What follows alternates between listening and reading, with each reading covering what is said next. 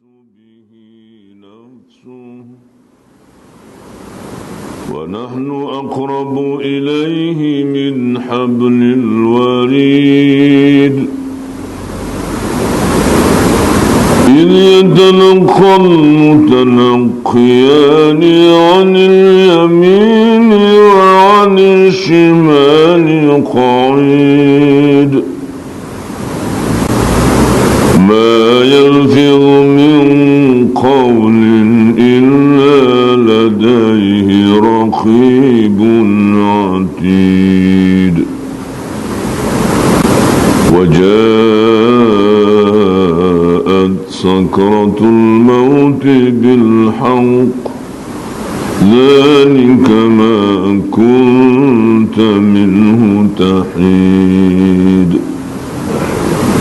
Sadaqallahul azim. Dan sesungguhnya kami, yaitu Allah, telah menciptakan manusia dan kami mengetahui apa yang dibisikkan oleh hatinya dan kami lebih dekat kepadanya daripada urat lehernya sendiri. Ketika dua orang malaikat mencatat amal perbuatannya, seorang duduk di sebelah kanan dan yang lain duduk di sebelah kiri. Tiada satu ucapan pun yang diucapkannya, melainkan ada di dekatnya malaikat pengawas yang selalu hadir. Dan datanglah sakaratul maut dengan sebenar-benarnya. Itulah yang kamu selalu lari daripadanya. Sadaqallahul azim. Maha benar Allah dengan segala firman-Nya. Surah Qaf ayat 16 hingga ayat 19. Alhamdulillahilladzi hadana lihadza wa ma kunna linahtadiya laula an hadana Allah. Asyhadu an la ilaha illallah wahdahu la syarika lah wa asyhadu anna Muhammadan abduhu wa rasuluhu wa la nabiyya ba'dah. Utama dan pertama sekali, sama-samalah kita merafak setinggi-tinggi kesyukuran kehadirat Allah atas sekalian nikmat kurnia, hidayah, inayah dan riayahnya. Sekian banyak yang tak mungkin kita mampu mengiranya satu persatu. Alhamdulillah. Antara nikmat-nikmat besar itu adalah nikmat hidup, nikmat kesihatan. Syukur hingga ke hari ini kita masih boleh menjalankan semua aktiviti sendiri. Syukur kita masih boleh mandi sendiri sebelum nanti pada masanya orang lain memandikan kita. Syukur kita masih boleh memakai pakaian sendiri sebelum nanti orang lain yang akan membalut dan memakaikan pakaian kita. Syukur kita masih boleh mengerjakan sembahyang sendiri sebelum pada masa dan ketikanya nanti orang lain yang akan menyembahyangkan kita. Akan datang masanya, lambat atau cepat, rela atau terpaksa. Dikala diri sudah tak berdaya, hingga seluruh urusan pun telah diambil alih, orang lain melakukan bagi pihak kita. Mulai dari mandi, orang lain memandikan. Pakaian pun orang lain yang tolong salut, membalut dan memakaikan. Sembahyang yang biasa kita boleh lakukan pun orang lain juga yang tolong melakukannya untuk kita. Kubur pun orang lain juga yang tolong gali.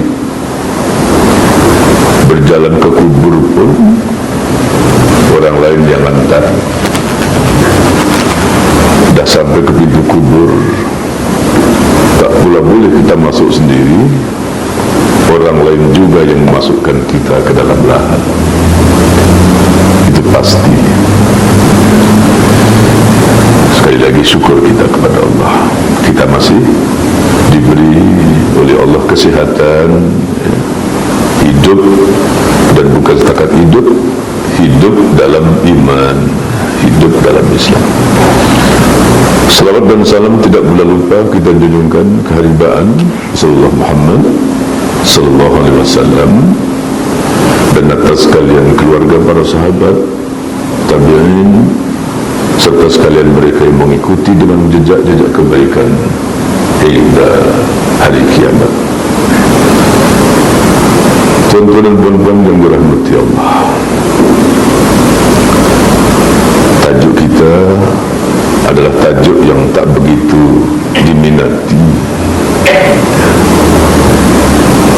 Kalau perlu tak payah bahaslah, karena tajuk ini tajuk yang menakutkan. Ceramah tak akan menarik kalau tajuk-tajuk seperti ini mau dibahas. Syarahan yang paling ramai diminati adalah syarahan yang penyampainya, pensyarahnya lucu, lawak, di sana sini terselit gurau, tawa. Itu yang menariknya. Malam ini sukar saya nak buat ketawa, karena tajuknya tajuk bukan tajuk ketawa, yaitu tentang keperitan sakaratul maut. Tuan-tuan dan puan-puan yang dirahmati oleh Allah, apa itu sakaratul maut? Bila sakaratul maut itu terjadi, Allah menyebut tadi dalam surah Qaf ayat 19, وَجَاءَتْ سَكْرَةُ الْمَوْتِ بِالْحَقِّ ذَلِكَ مَا كُنْتَ مِنْهُ تَحِيدُ. Akan datang sakaratul maut dengan benar. Artinya kedatangan sakaratul maut itu adalah sesuatu yang pasti. Walaupun kamu sangat takut, berusaha untuk lari daripadanya, sakaratul maut adalah sesuatu yang pasti. Semua akan mengalami, semua akan mengalami sakaratul maut. Sakarat asalnya daripada sakrah. Sakrah artinya mabuk. Sakrah artinya mabuk. Sakarat, mabuk-mabuk. Al-maut, mati. Sakaratul maut artinya mabuk-mabuk mati. Mabuk-mabuk. Allah menyebut dalam beberapa ayat-ayat di beberapa surah-surah Al-Quran tentang bagaimana proses sakaratul maut itu. Allah menyebut antaranya dalam surah As-Sajdah ayat 11, Qul yatawaffakum malakul mautil ladzi wukila bikum thumma ila rabbikum turja'un. Katakan ya Muhammad, akan datang kepada malakul maut. Malakul maut yang akan mencabut nyawamu, dan Allah telah menyerahkan tugas kepadanya untuk mematikan, mencabut nyawamu.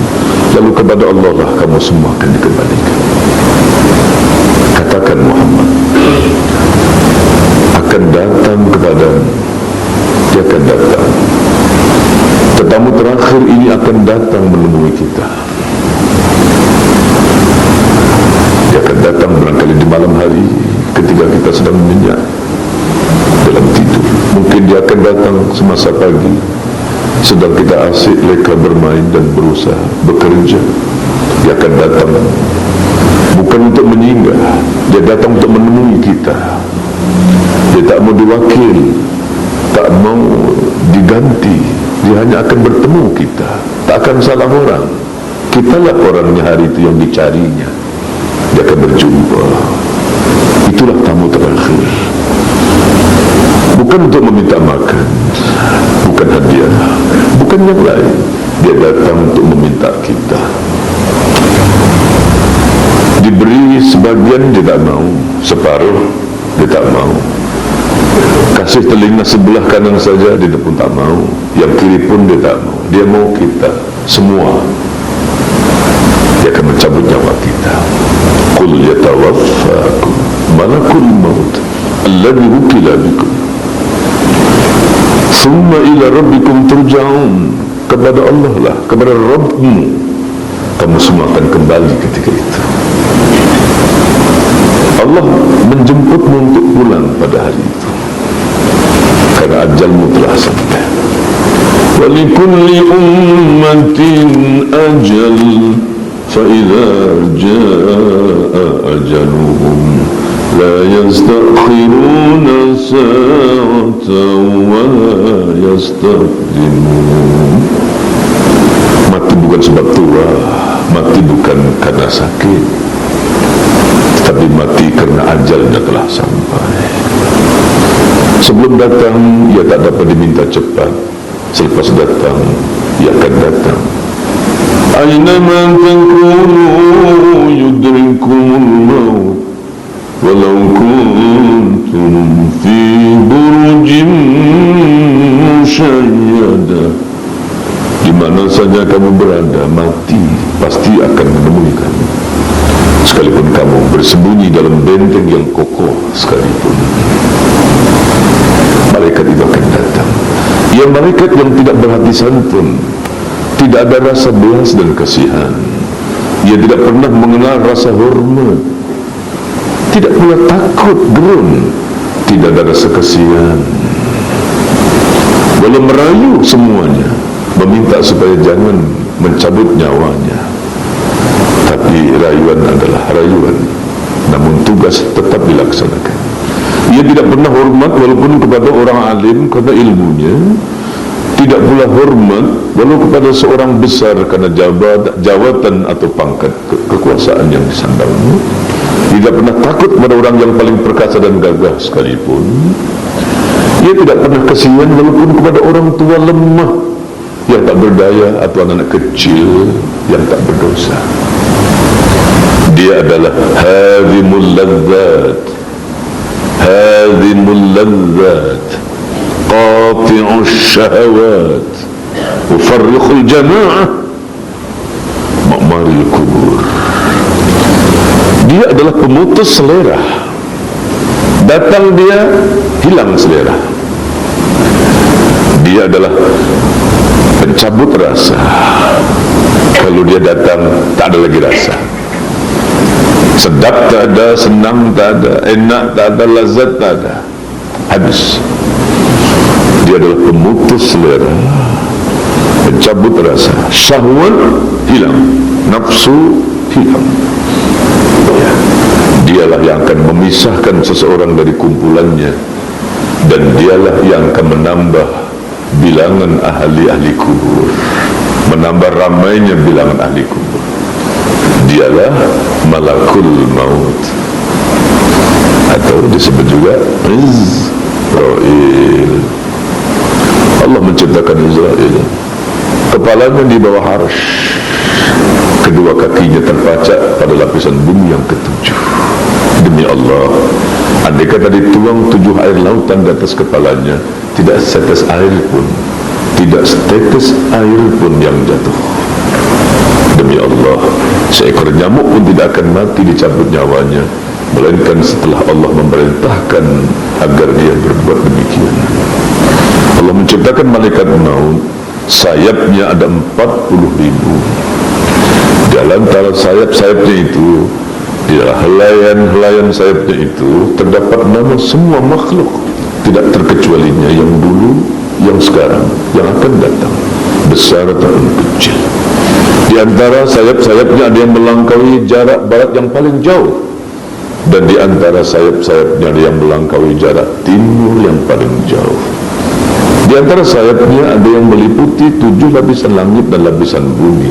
Alam semesta raya ini di hadapan malaikat maut adalah seperti satu biji sawi yang terdampar di padang pasir yang luas. Di antara jangkauan sayap-sayapnya, di sanalah daratan, lautan, di sanalah jin, manusia, hewan dan makhluk-makhluk melata lainnya. Malaikat maut adalah malaikat yang ditakuti oleh semua para malaikat. Malaikat maut mempunyai prajurit yang kalau seorang prajuritnya itu diperintahkan oleh Allah untuk menelan 7 petala langit dan 7 petala bumi, niscaya akan dilakukannya hanya dengan sekali telan saja.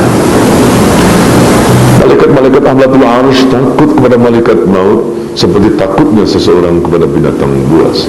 Malaikat maut apabila mencabut nyawa seseorang, dicabutnya dari pangkal tubuhnya, terus menjalar, merayap, naik, berangsur melalui setiap sendi dan ruas. Demi Allah, sakit ketika dilalui pada sendi dan ruas itu lebih sakit daripada tetakan pedang 1000 kali.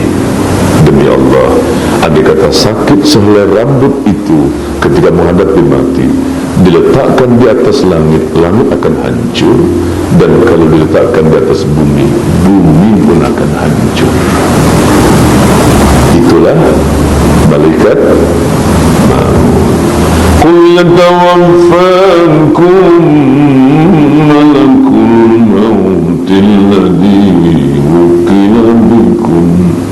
Dia akan datang. Dia akan datang. Dialah tetamu terakhir yang akan datang menemui kita nanti. Kedatangannya hanya satu saja, dia mau mencabut nyawa kita. Lalu bagaimana cara mencabut malaikat maut? Cara kerja malaikat maut ketika dia mencabut seseorang, dan bagaimana proses sakaratul maut itu? Tuan-tuan dan puan-puan yang dirahmati Allah, Nabi SAW menyebutkan dalam sebuah hadis, sabda Rasulullah SAW, innal abdal mu'mina idza kana fi iqbalin min al-akhirati wa inqita'in min ad-dunya. Seorang hamba yang mukmin itu, kata Nabi, apabila inqita'in min ad-dunya, iqbalin min al-akhirah, menjelang terputus hubungannya dengan dunianya, di saat ia berada di ambang memasuki alam akhiratnya. Satu proses ketika seorang mukmin itu dilambung oleh nazak sakaratul maut, menjelang matinya. Dikatakan mati belum, sebab nyawa masih ada. Dikatakan hidup, dia sudah tak sadar lagi. Itu yang dipanggil sakaratul maut. Bagaimana sakaratul mautnya seorang hamba yang bernama mukmin ini? Kalau laki-laki bernama mukmin, kalau perempuan bernama mukminah. Nabi mengatakan, nazalat ilaihi malaikatun bidun wujuhuhum kasyamsi, wujuhuhum kasyamsi, wa ma'ahum kafanun minal jannati wa hunutun min hunutil jannah.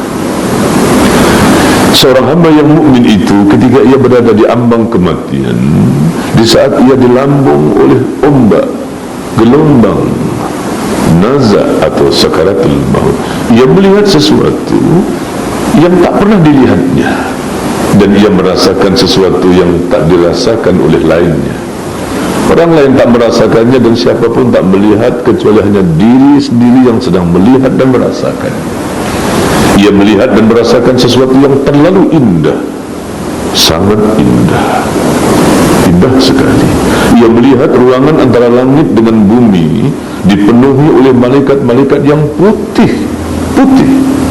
Wujuhuhum kasyamsi, wajah-wajah mereka kemilau bercahaya seperti kemilau cahaya matahari. Wa ma'hum kafanu minal jannati wa khanutu min khulutil jannah. Para malaikat itu turun membawa kain kafan dari surga dan memakai haruman dari wangi-wangi bau surga. Fayajlisuna maddal basar, lalu para malaikat itu duduk mengelilingi si mukmin tadi. Pandangannya sesayup mata melihat, sejauh mata memandang, kelihatan putih.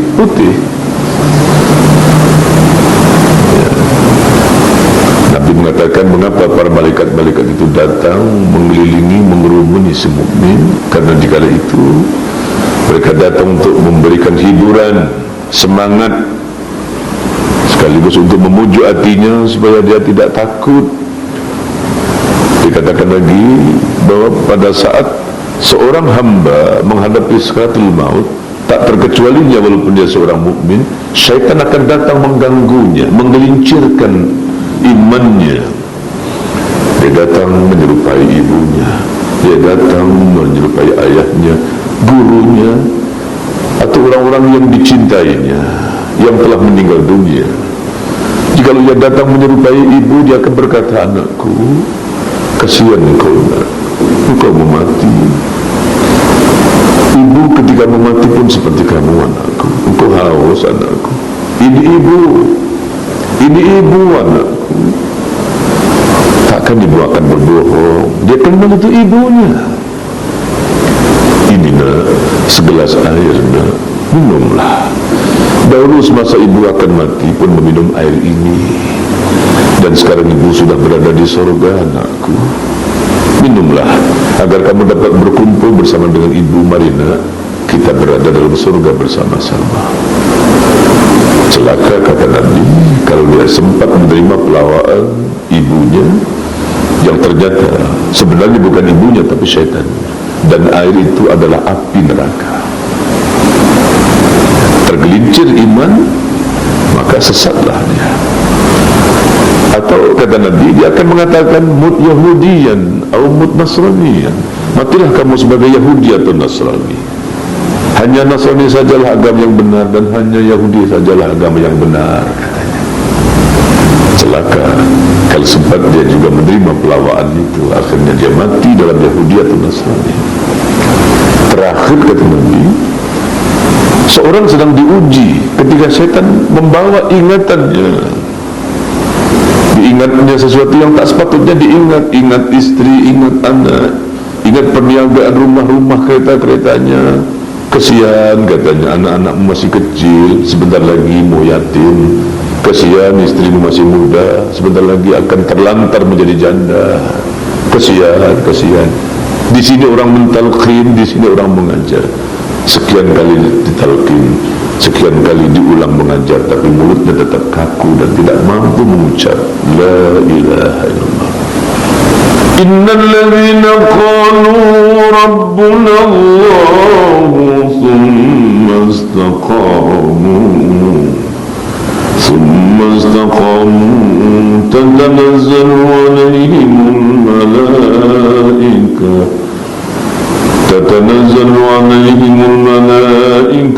alla takhafu wa la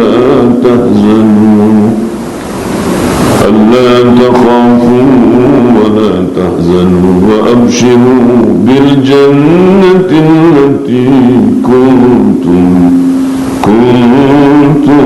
tu'adun. Sesungguhnya orang-orang yang mengatakan Tuhan kami Allah, lalu mereka tetap istiqamah dalam pengakuannya, akan turunlah para malaikat membawa hiburan, pujukan. Allah takhafu, jangan kamu takut, wala tahzanu, dan jangan kamu bersedih hati. Wa amshiru, bergembiralah kamu, hai mukmin, bergembiralah. Bil jannah, gembiralah kamu dengan surga. Tenanglah, tenang. Yang tidak usah kau risaukan, jangan kau fikirkan yang lain, bertenanglah. Maka kata Nabi, apabila seorang hamba yang mukmin itu menghadapi sakaratul maut, bersih, tidak ada satu setan pun yang berani mendekat, tidak ada satu gangguan pun penghalang, maka dengan tenang lidahnya, walau tanpa ditalqin, walau tak siapa yang mengajar, akan dengan mudah dia mengucap la ilaha illallah. Tuan-tuan, dan kata Nabi, summa yaji'u malakul maut, malaikat duduk berkerumun, sesawajan mata memandang, sesayup-sayup mata melihat, nampak putih, bersih, semerbak, harum sekali. Datanglah malaikat maut dengan penuh santun, mengucap salam, memberitahu tentang kehadiran dan kedatangannya. Ia sangat penyayang, lebih sayang daripada seorang ibu penyayang kepada anak kesayangan. Ayyatuhan nafsul mutmainnah, ukhruji ila maghfiratillahi wa ridwani. Hai jiwa yang tenang, hai nafsu yang baik, keluarlah. Akulah Israel, aku diperintah oleh Allah untuk menjemput kepulanganmu sekarang. Pintu-pintu langit telah dibuka, para malaikat telah berbaris bersop-sop di sana. Surga telah dihias indah. Bidadari-bidadari pun sudah tidak sabar-sabar lagi menunggu kehadiranmu. Ayo, keluarlah. Ukhruji ila maghfiratillahi wa ridwani. Keluarlah kamu untuk menjemput ampunan Allah dan keridhaannya. Dunia bukan tempatmu. Ayo, sekali yang tinggal usah engkau risaukan. Istrimu diganti dengan istri lain yang lebih baik, suamimu diganti dengan suami lain yang lebih baik, keluargamu diganti dengan keluarga lain yang lebih baik, rumahmu diganti dengan istana lain yang lebih baik. Ini gambarnya. Ditayang di pelupuk mata si mukmin itu, nampak jelas gambaran indah tentang surga tempat tinggal. Datang perasaan jenak, benci dan jijik melihat dunia, seolah ia tidak sabar, seolah ia mencabar datangnya kematian agar segera. Hei malaikat maut, cepatlah cabut nyawaku. Aku jijik melihat dunia dengan segala kerena. Aku sudah benci melihat dunia penuh dengan fitnah. Cabutlah nyawaku. Nabi kata, fatasilu wa takhruju kama tasil qutratu min as-siqat. Lalu keluarlah ruh si mukmin ini perlahan-lahan, mengalir menetes bagaikan mengalir dan tetesan air yang keluar dari mulut kendi. Tidak sedikit pun ada kesan sayatan, tidak ada bekas luka, tidak ada rasa pedih, dan tidak meninggalkan rasa sakit. Kematian seorang mukmin adalah hadiah dari Allah.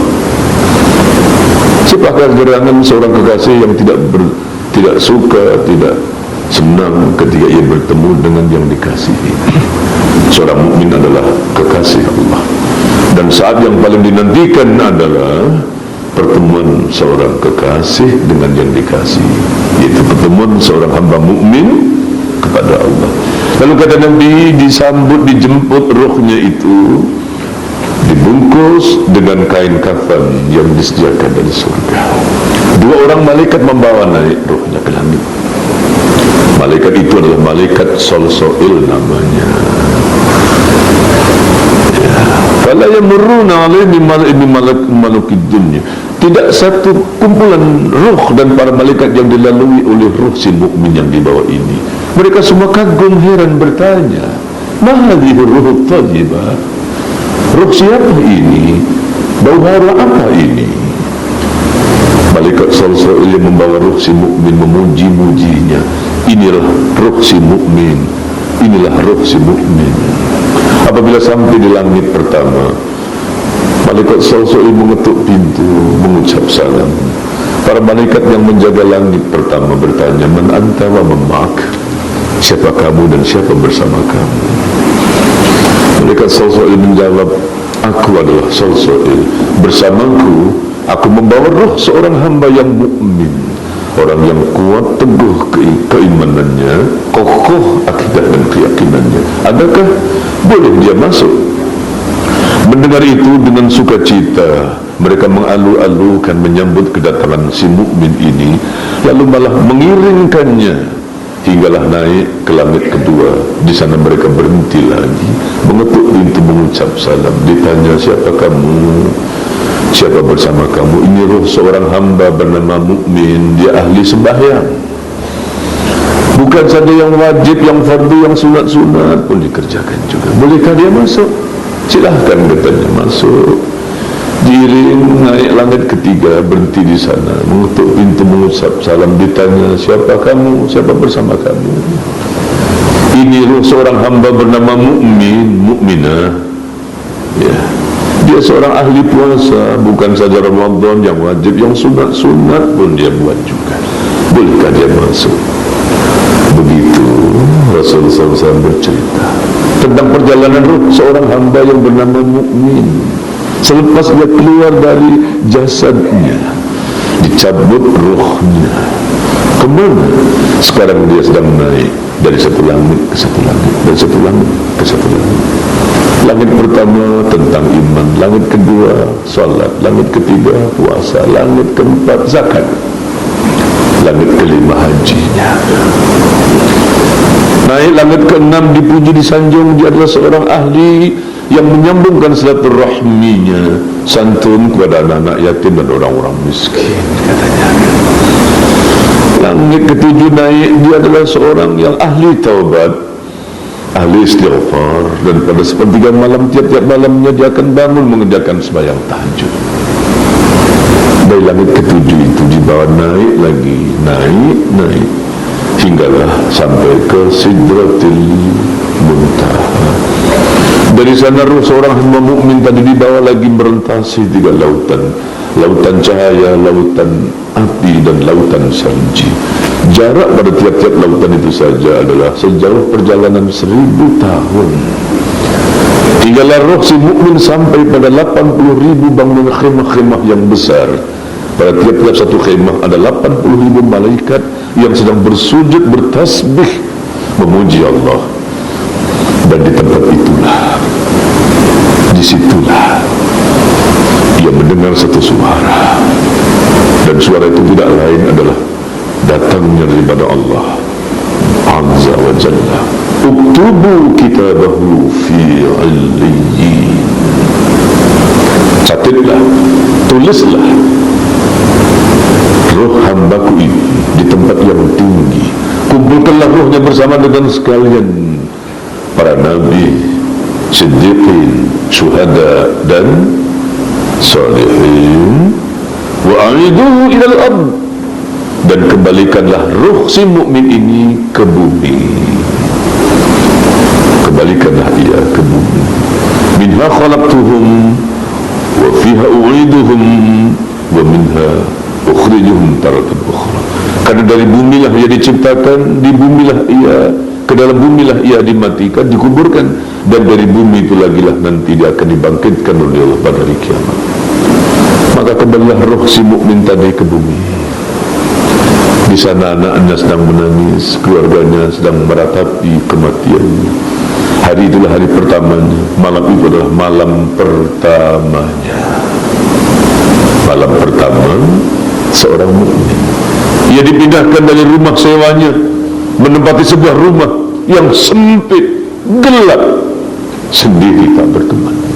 Terbujur di sana kaku, lunglai tak bermaya, lemah tak bergerak, hanya dengan 3 helai kain kafan.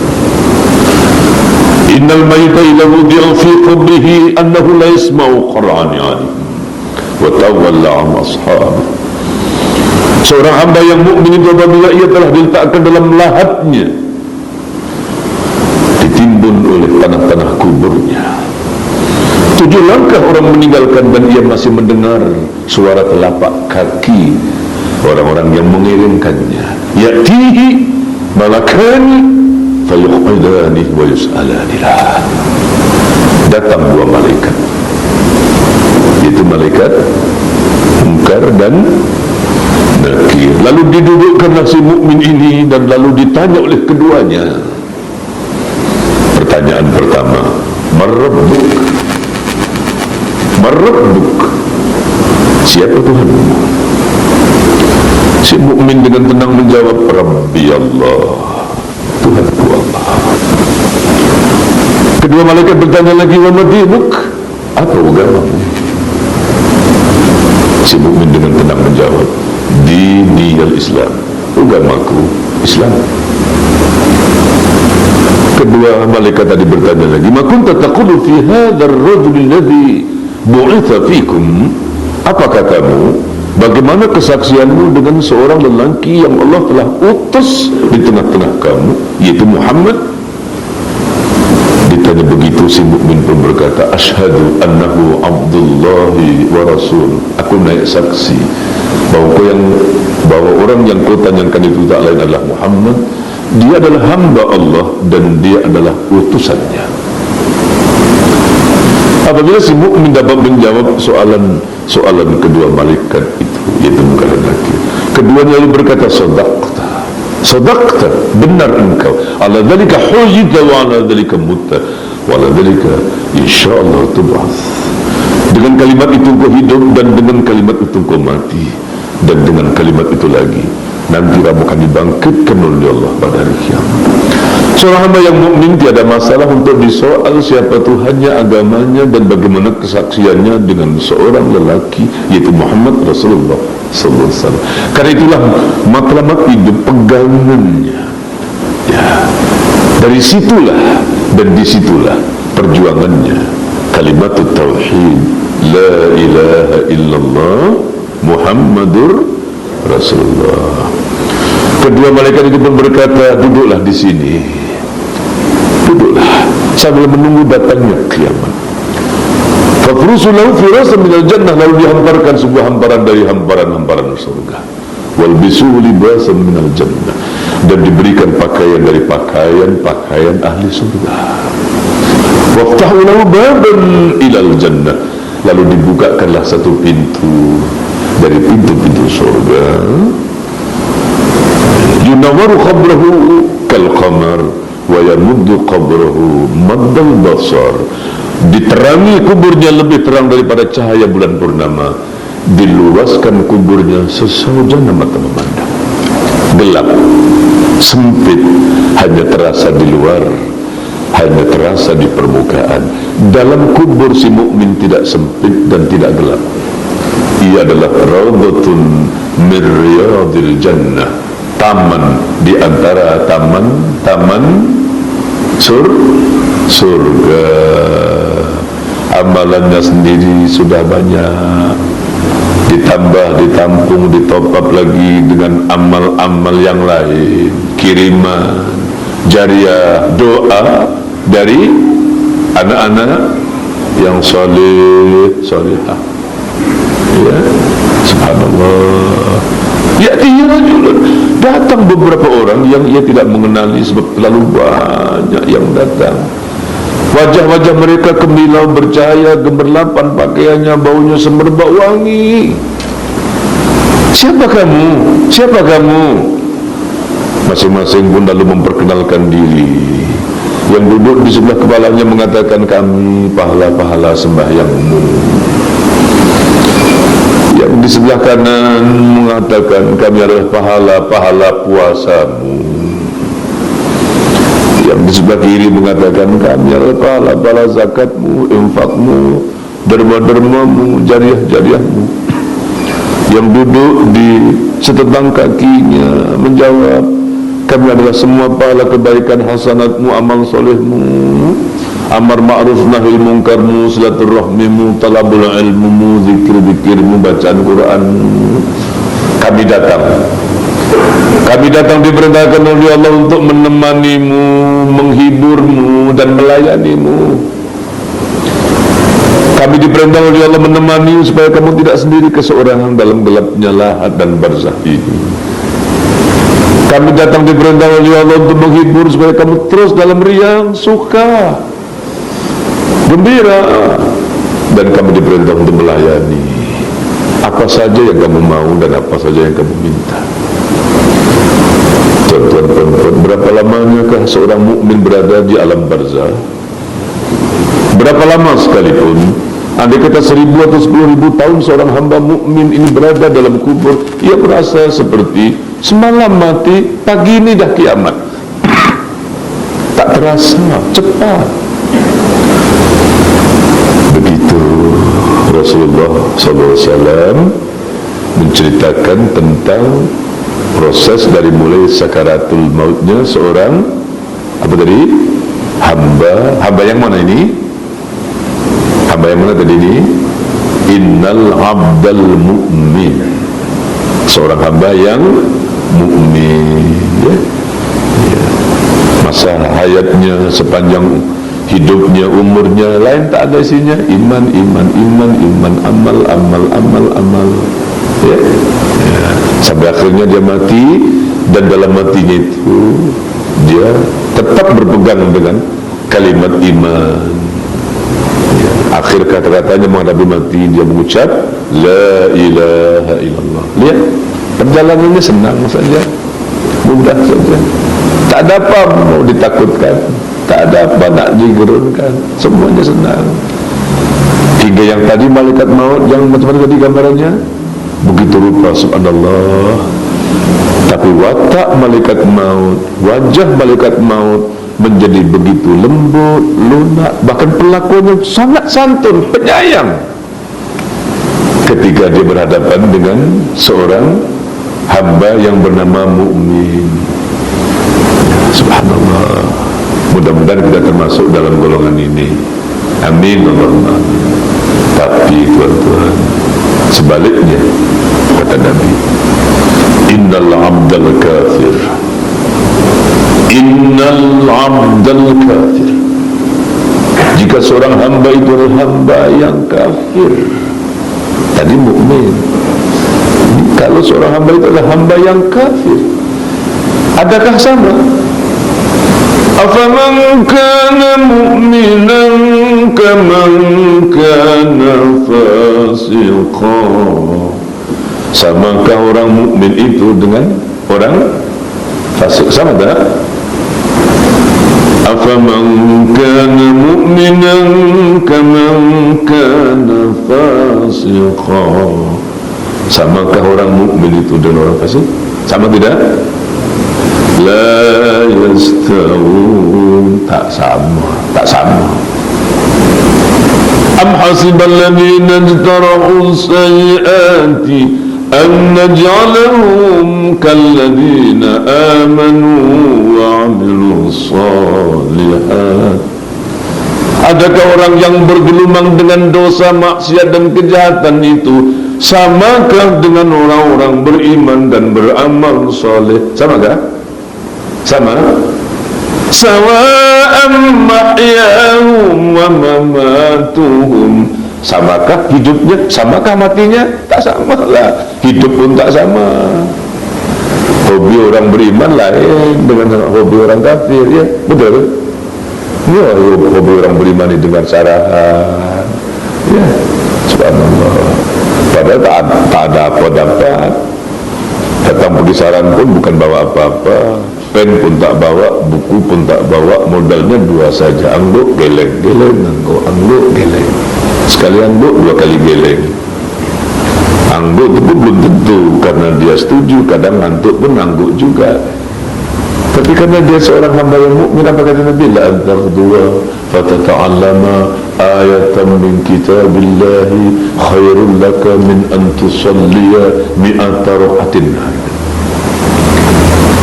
Engkau mendengar satu ayat, engkau menuntut satu ayat, engkau mempelajari satu ayat saja, dengar. Malamnya bercakap saya, Tuhan tak bawa apa-apa, angguk geleng, pahala kita sama.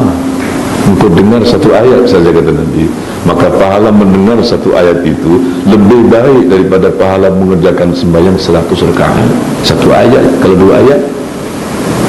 Nah, kita suka yang begini, ya, hal-hal yang kerja-kerja iman ini kita suka. Hobi kita begini, baca Quran, hobi kita berjamaah ke masjid, sembahyang 5 waktu, zikir, doa, begitu ya. Itu hobi kita. Orang kafir bukan ini hobinya. Duduk kedai, isap rokok, mencangkung, huha, tepuk, bola. Bila di masjid, hayyalal salat, dia jawab, hayyalal bola. Bukan tak pernah ke masjid, sesekali ke masjid bukan mau sembahyang, curi selipar, begitulah. Kadang-kadang kau terpaksa ke masjid pun kadang tak sampai habis pula. Imam belum habis selesai baca Allahumma antas salam, dia buat Allahumma lantas jalan. Habis salam cabut. Samakah? Tak sama. Hidup tak sama, mati pun tak sama. Di mana bezanya ini mau disebutkan oleh Rasulullah SAW? Innal abdal kafir idza kana fi iqbal min al-akhirati wa inqita' min ad-dunya nazalat ilayhi malaikatun sudul wujuh wa ma'ahumul nufukh qayyisul maddal basar thumma yaji'u malakul. Seorang hamba yang kafir dikala ia dilambung oleh gelombang ombak sakaratul maut, matanya terbeliak, lidahnya terjulir, mulutnya berbusa, berbuih, ia menjerit, ia ketakutan, ia melihat sesuatu yang tak pernah dilihat, ia merasakan apa yang sebelumnya tak pernah dirasakan. Ia melihat ruangan antara langit dengan bumi gelap, hitam. Malaikat-malaikat turun membawa kain kafan yang hitam. Mereka datang lalu berkumpul mengelilinginya sesaujana mata memandang, kelihatan hitam. Malaikat membawa cemeti besi dari api. Tidak lama kemudian muncullah malaikat Azrail, malakul maut. Suaranya keras, menggelegar lebih keras daripada suara halilintar. Ayyatuhan nafsul khabithah, ukhruji ila ghadabillahi wa sakhatihi. Hei jiwa yang kotor, hei nafsu yang busuk, keluarlah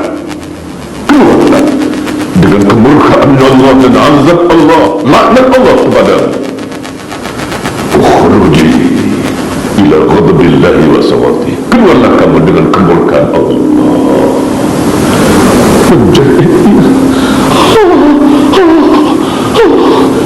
Tidak mau keluar, dihentak lagi, dipukul lagi, dihardik lagi. Ayyatuh nafsul khabithah, ukhruji. Allah dipukul berkali-kali dan tidak juga mau keluar. Kemudian kata Nabi, fatafarraqu an a'dha'ihi kulliha fayanzi'uhu kama yanzi'u sufud min as-sufud. Diregut dengan kuat, dicabut dengan paksa, dicabut, diregut, tercabutlah dari mulai ruas sendi-sendinya hingga urat dan otot-ototnya sampai ke ujung-ujung bulu rambutnya hingga ke darahnya. Dicabut, tercabutlah rohnya seperti mencabut besi yang basah dari tepung yang basah. Andai katalah mendengar jin dan manusia akan jeritan dan tangisan seorang kafir ketika matinya, akan pingsanlah mereka, tak akan kuasa mendengarnya. La haula wa la quwata illa billah. Kalla idza balaghatit taraqi wa qila man وظن أنه الفراق إلى ربك يومئذ المساق فلا صدق ولا صلى ولكن كذب وتولى ثم ذهب إلى أهله يتمطى أولى لك فأولى ثم أولى لك فأولى. Apabila nyawa telah naik ke kerongkong, dikala itu tidak seorang pun dapat mengembalikan. Yakinlah hari itu hari perpisahan. Kepada Allah ia akan dikembalikan. Berbelit kepayahan demi kepayahan, bertekuk lutut bertemu dengan dagu. Malang sebelum ini ia tidak membenarkan, malah berpaling dan mendustakan. Hidup di tengah-tengah keluarganya dengan sombong penuh kecongkakan. Aula laka fa'aula, celaka dia dan celaka dia. Summa aula laka fa'aula, kemudian celaka dia dan celaka dia. Berapa kali sebut celaka tadi? Berapa kali sebut celaka? Aula laka fa'aula, summa aula laka fa'aula, celaka dia dan celaka dia, kemudian celaka dia dan celaka dia. Berapa celaka? Ya Allah. Lalu dibungkus ruhnya dengan kain hitam, dibawa naik. Belum pun sampai naik hingga langit pertama, belum. Heboh para malaikat. Bau busuk apa ini? Malihi ruhul khabithah. Bau busuk apa ini? Roh siapa gerangan? Ini rohnya si Fulan bin Fulan, ahli maksiat. Banyak nikmat Allah tapi tak disyukurinya. Hidupnya penuh bergelumang dengan dosa. Sekalipun ia tak pernah berzikir, ia telah memilih agama selain daripada Islam, dan akhir kematiannya ia tak boleh mengucap, walau berkali ditalkin, berulang diajar, lidahnya keluh, ia tak boleh mengucap la ilaha illallah. Dia adalah si fasik, si zalim, dia adalah si musyrik, dia adalah si kafir, dia adalah si mujrim, orang yang bergelumang dengan dosa. Kemana mau dibawa? Saya akan membawa dia menghadap Allah. Apakah semasa hidupnya dahulu ia pernah menghadap Allah? Tidak, tidak pernah menghadap Allah. Bagaimana semasa hidupnya ia tak pernah menghadap Allah, sekarang selepas matinya baru hendak dibawa menghadap Allah? Uktubu kitabahu fi sijjin, lemparkan ruhnya ke dalam neraka sijjin. Innal ladzina kadzabu bi ayatina wastakbaru anha la tufattahu lahum abwabus sama'.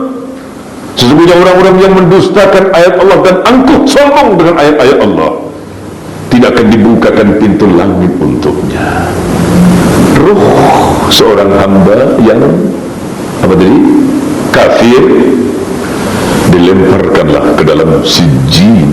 Sijjin ialah tempat di bawah lapisan bumi yang ketujuh, tempat di mana berkumpulnya roh-roh jahat.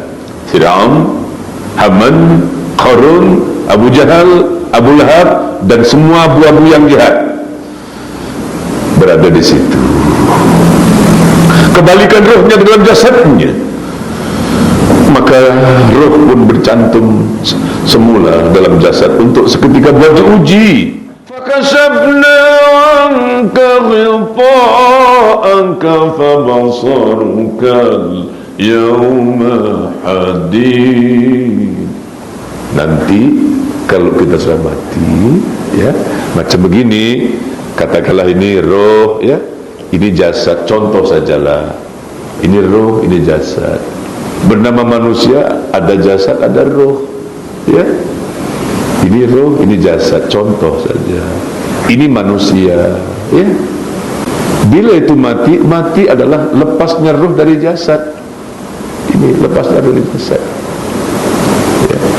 Kalau roh sudah dicabut dari jasad, maka tinggallah jasad, tidak bernama pula jasad, karena sudah tidak ada roh.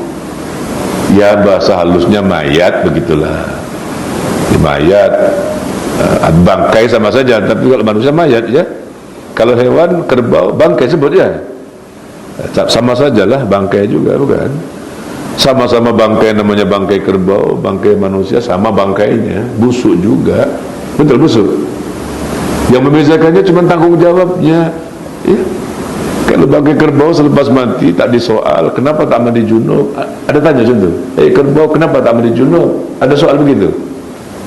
Kenapa tak sembahyang? Kenapa makan tanaman orang? Tak ditanya. Itu kerbau. Manusia tidak.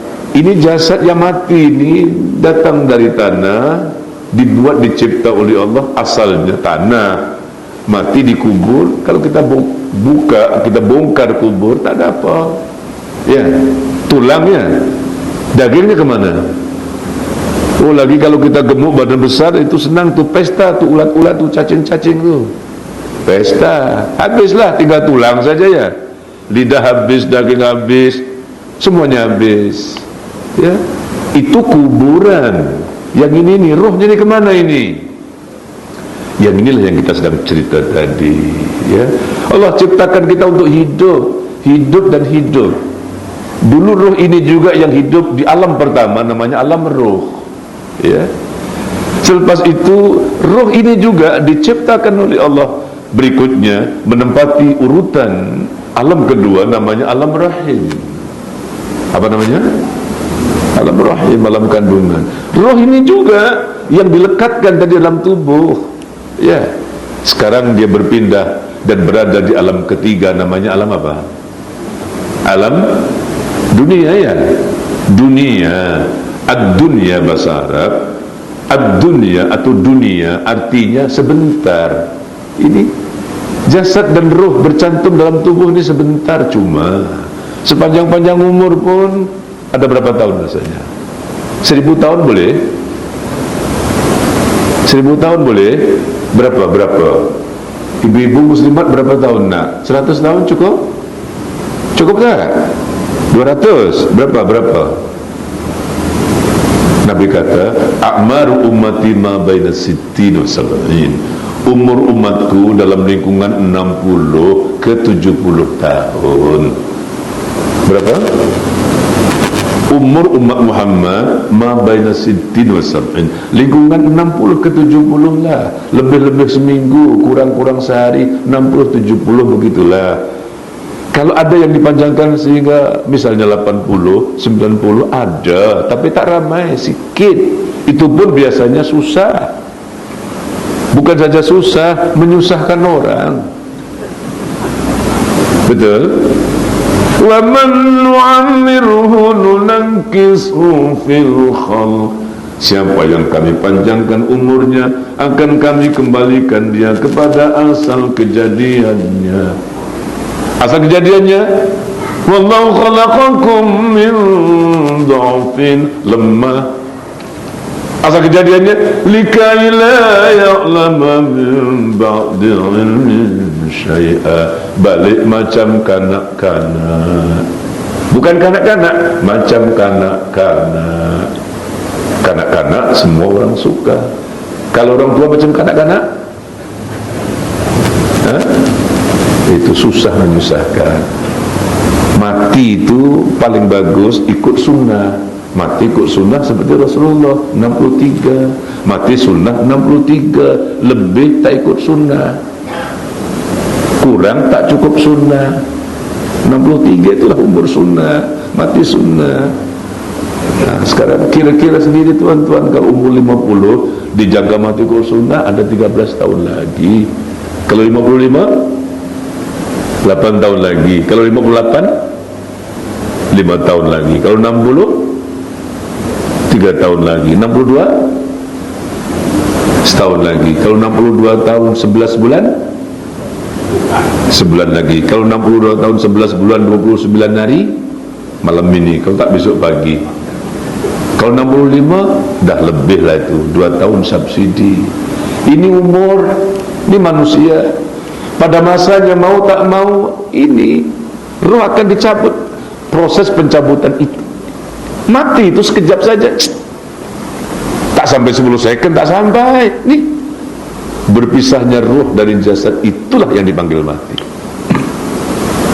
Nah, sakaratul maut itu masa dicabut begitulah. Proses menjelang terlepasnya roh dari jasad ini. Ya Allah, pagi itu hari Isnin tuan, hari Isnin, tepat 12 Rabiul Awal. 12 Rabiul Awal, itulah subuh terakhir. Ketika Bilal mengumandangkan azan, menunggu saat orang datang, penuh sudah, tunggu hanya menunggu saat nak qamat. Ada seorang yang belum hadir ya, tunggu tak hadir juga, tunggu siapa yang tak hadir. Dia seorang imam rawatib, tak pernah miss. Dialah orang yang dahulu datang sebelum yang lain, dan selalu dialah orang yang terakhir balik selepas yang lain. Rumah pun sebelah masjid. Assalamualaikum. Assalamualaikum ya Rasulullah. Siapa imam itu? Rasulullah. Apa terjadi? Berkali diketuk, berulang mengucap salam, tak dijawab. Tiba-tiba dibuka pintu. Hai Bilal, ayahku sakit keras. Sakit keras. Demamnya tak reda juga semalaman. Dan ia membisikkan kepadaku agar yang menjadi imam sembahyang subuh pagi ini adalah Abu Bakar As-Siddiq. Tahulah Bilal mengapa sebab maka Rasulullah mungkin tak datang sembahyang subuh. Kenapa? Sedang sakit. Tak sakit seperti biasa, sakit keras. Abu Bakar tak mampu untuk menjadi imam pagi itu. Suasana riuh, semua orang menangis.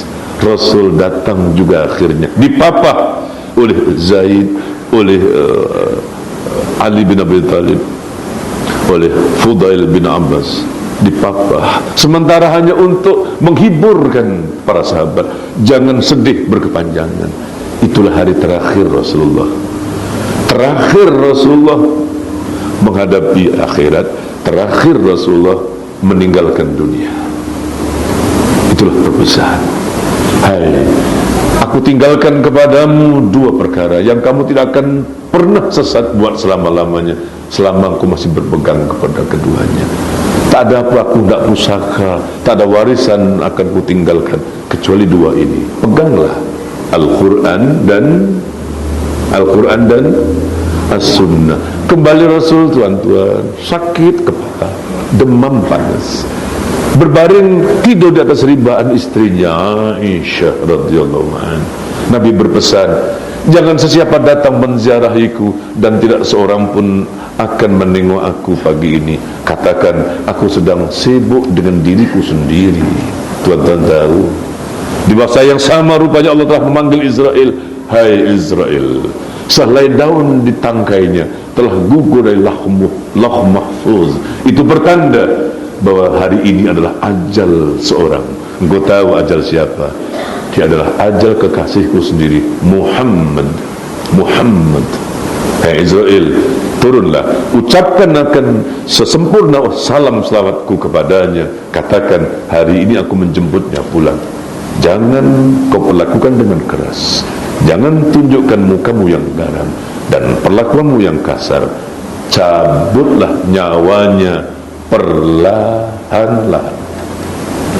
Turun malaikat Israel menyerupai seorang lelaki yang bagus rupanya, memakai baju serba putih. Assalamualaikum ya ahla baitin nubuwah, adkhul. Assalamualaikum wahai rumah keluarga Nabi, bolehkah aku masuk? Suara kedengaran asing lain daripada yang biasa. Orang mengetuk pintu mengucap salam tak seperti kebanyakan salam. Rasul mengatakan kepada Fatimah, engkau buka pintu, siapa yang datang? Siapa kamu? Aku akan bertemu ayahmu. Ayahku sakit, tolong tidak siapapun mengganggunya. Ayahku sakit, tapi ini mustahak dan aku kena datang juga. Katakan kepada ayahmu, dia kenal aku. Ayah, seorang dia kata nak jumpa engkau. Saya pelik, bajunya putih tapi tak ada tanda dia berjalan, tak ada bekas dia musafir, tak ada satu daki dan kotoran melekat. Dipandanginya saya, ayah, naik bulu rumah saya, seram, takut saya dibuatnya. Apa dia mau? Dia mau jumpa ayah. Dia kata urusan mustahak. Ayah kenal dia. Fatimah, tak tahukah kau siapa yang datang? Itulah Israel. Suruh dia masuk. Tuan-tuan, semasa Israel datang dan masuk, Rasul bertanya, Israel, engkau datang untuk menziarahiku kah atau untuk mencabut nyawaku? Israel menjawab, dua-duanya. Aku datang untuk menziarahimu karena aku sedang sakit, dan aku datang juga sekaligus untuk mencabut nyawamu. Itu perintah Allah. Laksanakan tugasmu, hai Israel. Israel ketika menjalankan tugas menggenggam empu jari kaki Rasulullah SAW. Nampak Rasul menahan sakit, meminta segelas air kepada Aisyah. Berkali-kali kelihatan ia memasukkan jari-jarinya yang mulia itu, lalu mengusap dan menyapukan air ke muka beliau yang mulia itu sambil berdoa. Tuan-tuan tahu apa doanya? Tahu apa doanya? Allahumma hawwin alayya fi sakaratil maut. Allahumma hawwin alayya fi sakaratil maut. Ya Allah, ringankan bagiku menghadapi derita sakitnya maut ini. Satu pertanyaan dari seorang Habibullah, kekasih Allah, Israel. Ma'asyaddu mirarati minal mauti ya Israel. Begini sakitkah mati itu, hai Israel? Beginikah sakit mati itu, hai Israel? Menangis Israel. Tak pernah Israel menangis. Dia menangis. Ya kekasih Allah, sekian banyak setiap makhluk yang mati, aku yang mencabut nyawanya. Sekian banyak perintah, aku laksanakan dengan cepat, tepat. Tidak, ketika aku diperintahkan oleh Allah untuk mencabut nyawamu, Allah perintahkan aku mencabut nyawamu perlahan-lahan. Aku tak biasa mencabut perlahan. Dan bukan kerjaku buat kerja perlahan. Kerjaku itu kan bedal, cabut dengan paksa dan keras. Ini aku diperintah mencabut nyawa seorang kekasih Allah, seutama dan sesempurna-sempurna ciptaan Allah, makhluk pilihan engkau ya Muhammad. Sedangkan aku belum pun mencabut nyawamu, aku baru menggenggam empu jari kakimu. Kekasih Allah Muhammad sallallahu alaihi wasallam menangis, bukan menangisi akan kesakitan yang diderita. Ia tak sakit, ia kekasih Allah. Ia merasakan sentuhan tangan malakul maut, itu sudah cukup. Oh, andai boleh diminta seluruh rasa sakit menghadapi mati, biar ditimpakan kepada Rasul kekasih Allah. Ya Allah, jangan seorang hamba umatku menanggung derita sakitnya menghadapi sakaratul maut. Jika begini sakit, tak akan seorang pun mampu menghadapinya. Siapa itu? Rasulullah sallallahu alaihi wasallam. Kita, saya bagaimana? Nah, jangan perasaan, jangan terlampau confident. Sekurang-kurangnya apa? Kita nak bersedia ya. Lebih-lebih apa? Kita sekarang berada di apa nih? Bulan Sya'ban. Cobalah kalau Rajab bulan sembahyang Ramadan, nanti kita puasa ya, betul? Sya'ban, mari kita muhasabah ya. Mudah-mudahan terlerai jugalah beban kalau ada salah dosa. Allah maaf sekarang ini. Bulan penyucian jiwa ya. Yang dulu-dulu ya, yang dulu-dulu tak sembahyang dulu, mungkin belum balik ya. Ya. Tak sembahyang dulu, belum tahu. Belum tahu nak baca mana. Dia belum balik. Hingga malam ini kalau ada yang belum balik pun tak sembahyang lah, tak belum balik.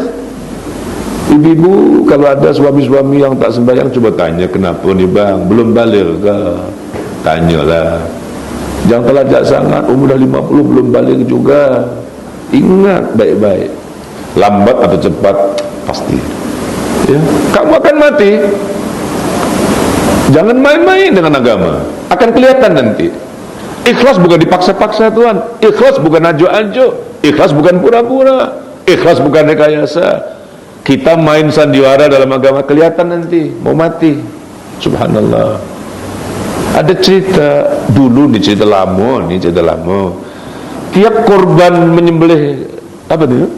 Lembu nih, kita di Indonesia nih namanya sembelih lembu nih kan susah, 10 ekor banyak tuh. Tapi tiap sembelih lembu ini mesti ekornya hilang. Sekian kali dah korban-korban, mesti saja orang bising, mana pergi ekor? Bukanlah nak menuduh, tapi kemudian diketahui bila seorang di antara ahli jabatan kuasa yang menyelenggarakan sembelihan korban, dialah memang yang menyembelih, dia juga yang melapah. Subhanallah, maafkan saya ya, saya terpaksa menyebut ya. Mati. Dalam hati orang tercenung, heran ya, tak menyangka seorang yang kita kenal rajin ke masjid, matinya susah betul. Matinya macam kerbau disembelih. Adakah dia yang biasa sembunyikan ekor-ekor itu? Orang ke situ sudah. Cakap-cakap di belakang, memanglah dialah yang selalu tuh. Kalau bagian 30, 20 saja jumpa. Kalau lembu itu 10 ekor, 8 saja, 2 saja ekor yang dapat, yang 8 yang tak hilang. Ketahuan juga. Ikhlas bukan pura-pura, ikhlas bukan dipaksa-paksa. Tunggu nanti mau mati. Anda tidak sembahyang, tunggu saja nanti mau mati. Kelihatan nanti. Mati hina, mati kelaparan, mati dalam haus yang amat sangat. Itu matinya orang tak sembahyang. Tak boleh mengucap, itu pasti. Pasti. Macam mana mau ditalkin, diajar, tak akan juga pernah boleh mengucapnya. Jangan main-main. Kita semuanya mau mati. Sakaratul maut bukan urusan orang perseorangan. Nabi sallallahu alaihi wasallam merasakan sentuhan tangan malaikat maut. Lalu ini sifatnya tentu pasti untuk mengajar kita supaya berdoa dengan doa itu. Apa doanya tadi? Allahumma hawwin, ringankanlah ya Allah.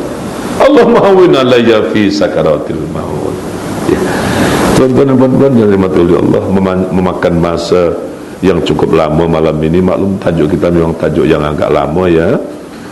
Sebelum saya mengakhiri majlis kita, mengambil sempena di bulan Syaban ini, saya nak mengajak kita mari munajat, bertaubat kepada Allah. Semoga Allah ampuni dosa kita, maafkan kesalahan kita ya. Mari. Tubna ilallah wa raja'na ilallah wa nadimna ala ma fa'alna. Tubna ilallah wa raja'na ilallah wa nadimna ala ma fa'alna. Tubna ilallah wa raja'na ilallah wa nadimna ala ma fa'alna. Tubna ilallah wa raja'na ilallah wa nadimna ala ma fa'alna. Ya Allah, kami bertaubat kepadamu ya Allah, dan kami rujuk kembali kepadamu ya Allah. Kami menyesali terhadap setiap dosa dan kesalahan yang pernah kami lakukan ya Allah. Ya Allah, selamatkanlah agama kami, sihatkanlah tubuh badan kami, berkatilah rezeki kami, tambahkanlah kefahaman ilmu agama kami, berilah kami kesempatan bertaubat sebelum mati, kelihatan selepas mati, dan ringanlah kami ketika menghadapi mati. Jadikan akhir hidup kami dengan husnul khatimah, dan jangan kau jadikan akhir hidup kami dengan su'ul khatimah. Demikian saja, mudah-mudahan ada manfaatnya. InsyaAllah kita berjumpa. Billahi taufiq wa hidayah. Assalamualaikum warahmatullahi wabarakatuh.